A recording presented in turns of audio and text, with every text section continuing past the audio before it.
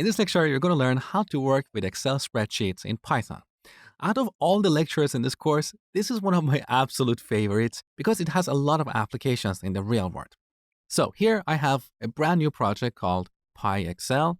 In this project, I have a spreadsheet called transactions. You can download this as a zip file attached to this lecture. When you open this, you're going to see something like this. So we have 3 columns: transaction ID, product ID, and price, as well as 3 rows of data. Pretty straightforward. So back to VS Code. The package we're going to install is OpenPyExcel. So let's run pip-env install OpenPyExcel. All right, beautiful. Now let's select our virtual environment from the status bar and set it to PyExcel. Next, we're going to install Pylint just like before. All right, now on the top, we start by importing OpenPyExcel. Now, when working with spreadsheets, we need to start with a workbook object. We can either create an empty workbook in memory or load an existing workbook on disk. So this module, OpenPyExcel, has this workbook class. We can create a new workbook object like this. Now we have an empty workbook with 1 sheet. Later, I will show you how to save this to disk. We also have this function, OpenPyExcel.load workbook, for loading an existing workbook. So in this demo, I'm going to load transactions.xlsx. And this gives us a workbook object. So I'm going to comment out this line because we're not going to use it. So we have a workbook. Now this workbook has an attribute called sheet names. This is actually an attribute, even though VS Code is showing it as a function. Let's print this on the terminal. So in this workbook, we have only a single sheet, that is sheet 1. Let's go ahead and access that.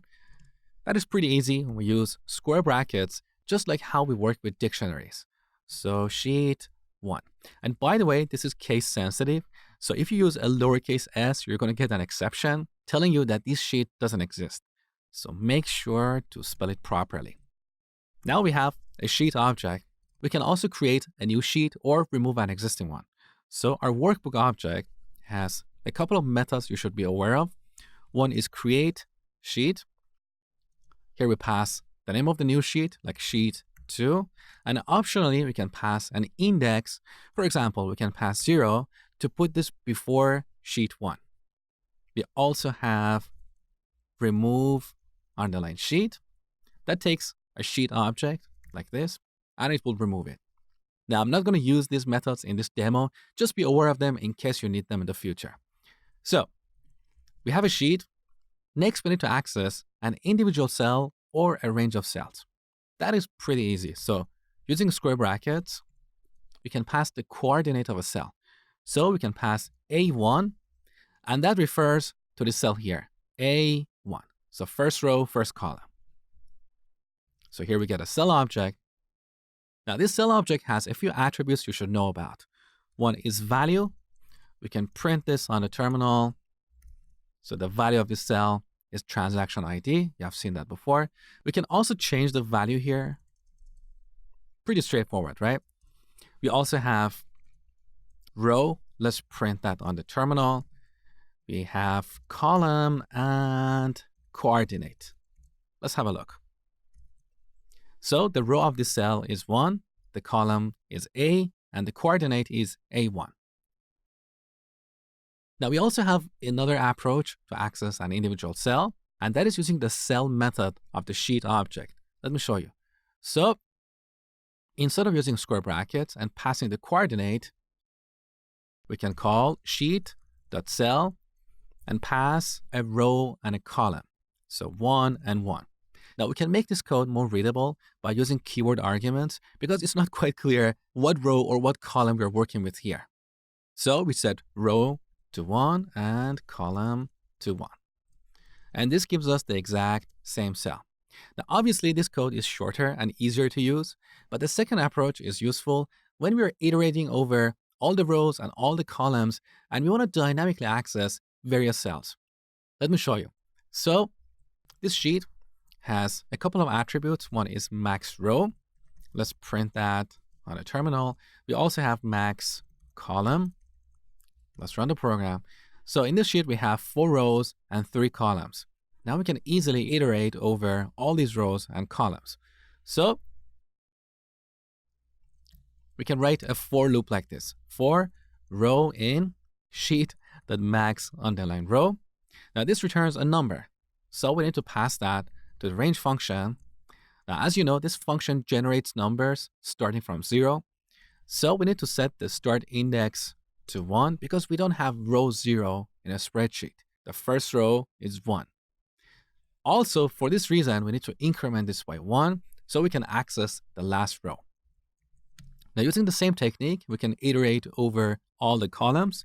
So for column in range of 1 and sheet.max underline column plus 1. Now we can call sheet.cell and pass the row and column here. And with this, we can print the value of each cell. Save the changes and run the program. So these are all the values we have in this spreadsheet.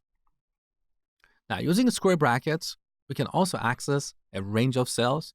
So let me delete this for loop. Here are a few examples. We can access sheet of A, and this will return all the cells in the A column. So here's the A column. It will return all these cells. We can store the result in column. Let's print that and see what we get.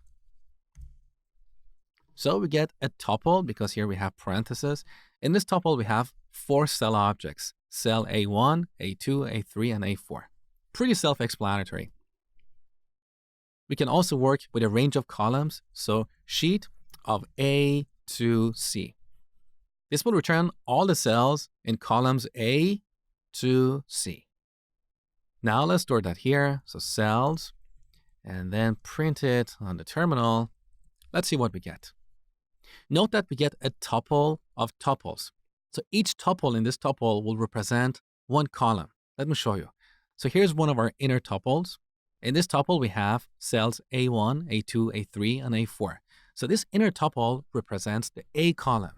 That is this column here. So A1 all the way to A4. This is one of the inner tuples. Next to that, we have another tuple and then another tuple. And these 3 tuples are packed inside of another tuple. Okay? Now we can also use coordinates here. So sheet of, let's say, A1 to C3. And this will return all the cells in this area. So A1 to C3, okay?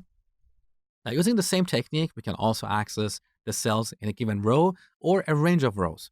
So sheet of 1 returns all the cells in the first row. Or if we use 1 to 3, this will return all the cells in row 1 all the way to row 3. So this is how we can access a range of cells. Now this sheet object has a few methods you should be aware of. One of them is append, and we use that to add a row at the end of this sheet. So here we pass a list or a tuple of values. Let's say 1, 2, 3. We also have insert rows, and we use this to insert a row at a given index.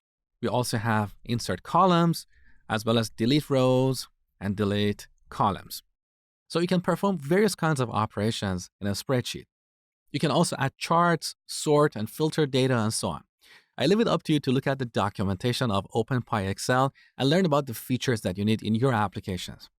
Now to finish this lecture, let's save this workbook. So workbook.save, we're going to save it as a new file. So transactions2.xlsx. Save the changes. Run the program. Now we have a new spreadsheet here. And in this spreadsheet, we should have an extra row of data. And here's our updated spreadsheet. You can see the row that we added using Python.